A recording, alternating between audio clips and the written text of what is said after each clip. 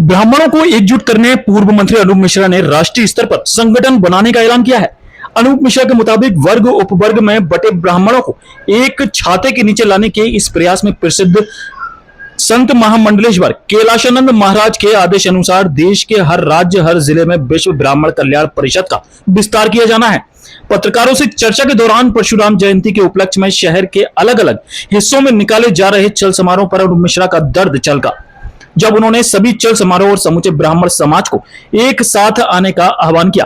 गौरतलब है कि भारतीय जनता पार्टी के वरिष्ठ नेता के तौर पर बड़ी हैसियत रखने वाले पूर्व मंत्री अनूप मिश्रा को भाजपा ने हाशिए पर डाल दिया है।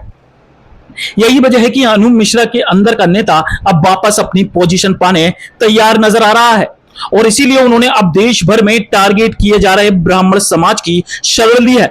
बता दें कि उनके ही विधानसभा क्षेत्र में कुशबा समाज के नारायण सिंह कुशबा को पार्टी लगातार टिकट देकर उपकृत कर रही है, लेकिन अनूप मिश्रा को ना तो अब तक टिकट मिल पाया है और ना ही कोई पद। हालांकि अनूप मिश्रा अपने मुंह से ये नहीं कहते, लेकिन मध्य प्रदेश में पहली पंक्ति के नेता रहे अनूप मिश्रा की बातों में उनकी छटपटाहट साफ देखी जा सकती है। ब्राह्मण समाज को एकजुट करने और एक मंच पर लाने के अनूप मिश्रा के दावे दूर की कौड़ी लगते हैं, क्योंकि देश भर में निजी स्वार्थ और राजनीतिक गुटबाजी में उलझे ब्राह्मण समाज के एक भी नेता ने समाज की बात कहीं लोकसभा या विधानसभा में नहीं रखी है। अब देखना होगा कि पूर्व प्रधानमंत्री अटल बिहारी वाजपेयी के भांजे और पूर्व मंत्री पूर्व सांसद रहे अनूप मिश्रा ब्राह्मण समाज को एकजुट करने में कितने सफल होंगे, या फिर ब्राह्मण संगठन का केवल खुद को दोबारा स्थापित करने के लिए एक माध्यम बनकर रह जाएगा। परम श्रद्धेय महामंडलेश्वर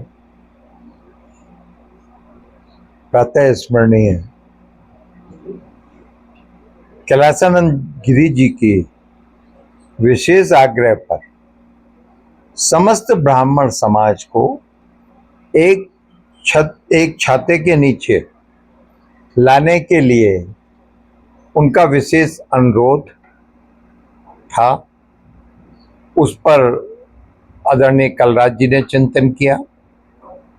उन्होंने कलराज जी से कहा और फिर धीरे धीरे लोगों को जोड़ने की बात हुई। तो राष्ट्रीय स्तर की, बल्कि विश्व स्तर की कहें, क्योंकि 5-7 देशों के आए थे तो बाहर भी कार्य समिति बन गई, पदाधिकारी बन गए। आदरणीय कलराज जी उसके अध्यक्ष हैं। सतीश शर्मा एमएलसी उत्तर प्रदेश से कार्यवाहक अध्यक्ष, वरिष्ठ उपाध्यक्ष हैं। इसमें दिनेश शर्मा जी वर्तमान राज्यसभा सदस्य विशेष सलाहकार के रूप में है, जिन्होंने उत्तरदायित्व लेने से मना कर दिया। उन्होंने कहा मैं अभी इतना समय दे नहीं पाऊंगा, इसलिए आप मुझे व्यक्तिगत रूप से सलाह के रूप में, मैं हमेशा मेरा घर और मेरा सब कुछ आपकी इस परिषद को समर्पित है। परिषद किस तरह से काम करेगी आगामी दिन? परिषद समाज को जोड़ने का काम करेगी। जितने हमारे वर्ग उपवर्ग हैं ब्राह्मण समाज के, उनको एकजुट जोड़ने का काम करेगी। अभी आपने व्याख्यान माला की बात की, वो किस तरह का क्या है? व्याख्यान माला भी इसी तारतम्य में रखी जाएगी कि हम बजाय इसके कि चल समारोह निकालें, शहर के सभी नागरिकों, खाली ब्राह्मण समाज नहीं, शहर के सभी नागरिकों इसमें जोड़ने का काम करें कि भगवान परशुराम एक अवतार हैं। उन्होंने समाज के हित में काम किया है और वो क्या क्या काम किया है, ये उस व्याख्यान माला के अंतर्गत वो विषय आएंगे। हम उसकी शुरुआत करेंगे। अभी आपने थोड़ा सा नाराजगी भी व्यक्त की, अलग अलग तरह के चल समारोह निकल रहे, अलग तरह के कार्यक्रम, एक साथ कार्यक्रम किए जा सकते। नाराजगी शब्द नहीं है, मतभेद शब्द कहें उसे। हम कहते हैं कि मतभेद हो सकते हैं और मतभेदों को बैठकर सुलझाया जा सकता है, मनभेद नहीं होना चाहिए। मतभेद तो सुलझाए जा सकते हैं।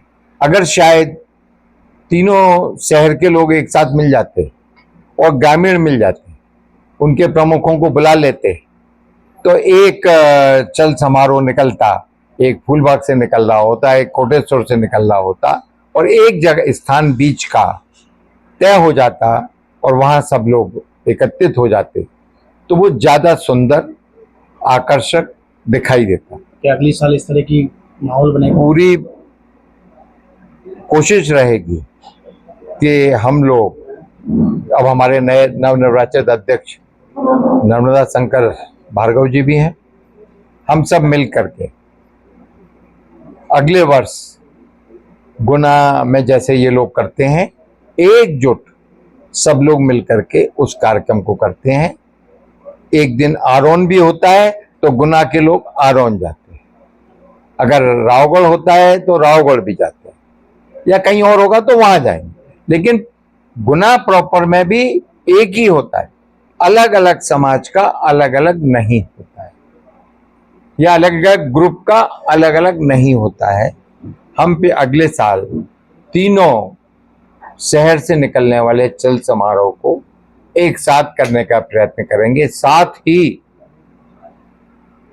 2 दिवसीय या त्रिदिवसीय भगवान परशुराम पर व्याख्यान माला का आयोजन करेंगे, जिसमें सभी समाज के, सभी वर्गों के, उसमें जाति भेद नहीं है, सभी समाज और सभी वर्गों के लोग, क्योंकि भगवान परशुराम ने सभी के लिए काम किया था। उन आतताई राजाओं को जो समाज के साथ अन्याय कर रहे थे अपनी प्रजा के साथ, उनको राज्य से विहीन कर दिया था। ठीक, इस दिशा में हम कदम उठाएंगे और जो चिन्हित करेंगे जो गरीब परिवार हैं ब्राह्मण समाज के, उनको कैसे उनके शादी विवाह, यज्ञोपवीत, मुंडन संस्कार या अंतिम संस्कार भी, उसमें क्या सहयोग हम कर सकते हैं, ये करने का काम करेंगे।